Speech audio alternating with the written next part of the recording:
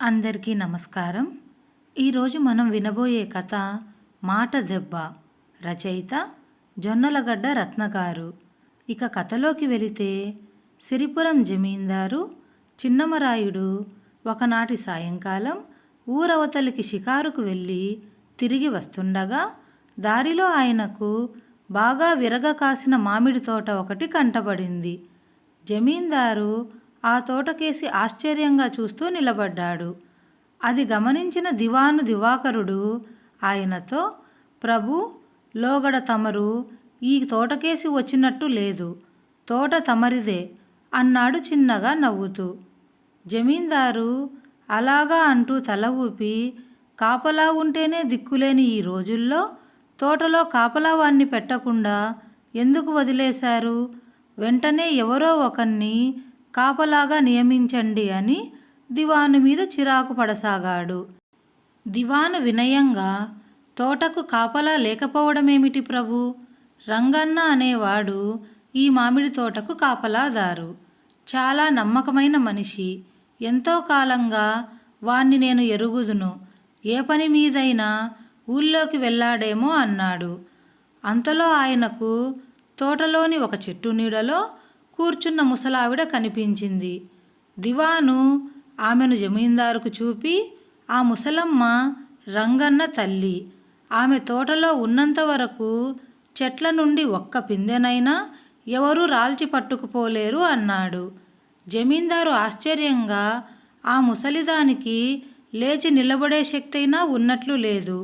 అది మామిడి తోటను కాపలా కాస్తుందా?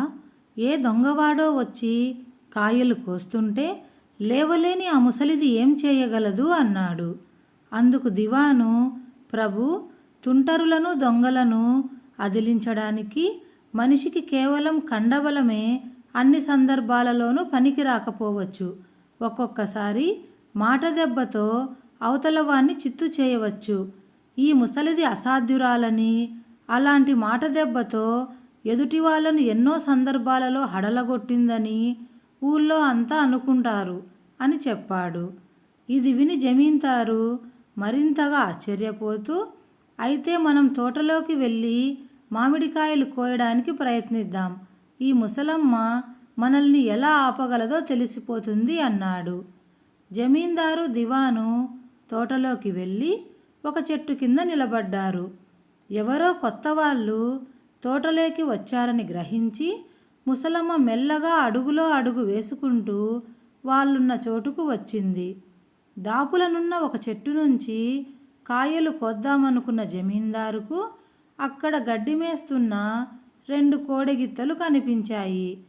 ఆయన ముందుకు వెళ్ళడానికి సంకోచించి ముసలవ్వను చూసి, అవ్వా, ఈ గిత్తలు పోట్లమారివి కాదు కదా అని అడిగాడు. ముసలమ్మకు చూపు తక్కువ. ఆమె జమీందారును చూసి ఎంతో కాలమైంది. ఆ కారణం వల్ల ఆమె జమీందారును గుర్తుపట్టలేక ఆయన కేసి కోపంగా చూస్తూ, మీరే పని మీద వచ్చారో నాకు తెలుసు. ఆ గిత్తలు పోట్లమారివో కాదో నాకు తెలియదు. వాటికి తమ గడ్డేదో తాము తినడం తప్ప తమది కాని గడ్డి కరవడానికి ఇతరుల తోటలోకి జొరబడవు అన్నది. ముసలమ్మ మాటల్లోని వ్యంగ్యం జమీందారుకు చురుక్కుమని తగిలింది. ఆయన చప్పున వెనక్కు తిరిగి తోట బయటికి నడవసాగాడు. దివాను తృప్తిగా తలాడిస్తూ ఆయనను అనుసరించాడు. ముసలమ్మ వాళ్ళ కేసి చూస్తూ కొంతసేపు నిలబడి తర్వాత వెళ్ళి చెట్టు నీడలో కూర్చున్నది. తోటలో నుండి బయటికి వచ్చాక దివాను జమీందారుతో, చూశారా, అర్థం చేసుకోగల మనిషికి మాట దెబ్బ తట్టుకోవడం ఎంత కష్టమో అన్నాడు చిన్నగా నవ్వుతూ. జమీందారు చిరునవ్వు నవ్వుతూ అవునన్నట్లు తల ఊపాడు. వాళ్ళు తోటలో నుండి కాలిబాట దగ్గరికి రాగానే ఊళ్ళో నుండి తిరిగి వస్తున్న రంగన్న వాళ్లకు ఎదురుపడి నమస్కరించాడు. జమీందారు దివానును చూసి, వీడేనా మన తోట కాపలాదారు రంగన్న అని అడిగాడు. అవును ప్రభు అన్నాడు దివాను. జమీందారు రంగన్న కేసి మెచ్చుకోలుగా తలాడించి, ఒరే రంగన్న, నీ చేతిలోని బాణాకర్ర దెబ్బకు సాటి రాగలదురా మీ అమ్మ మాట దెబ్బ.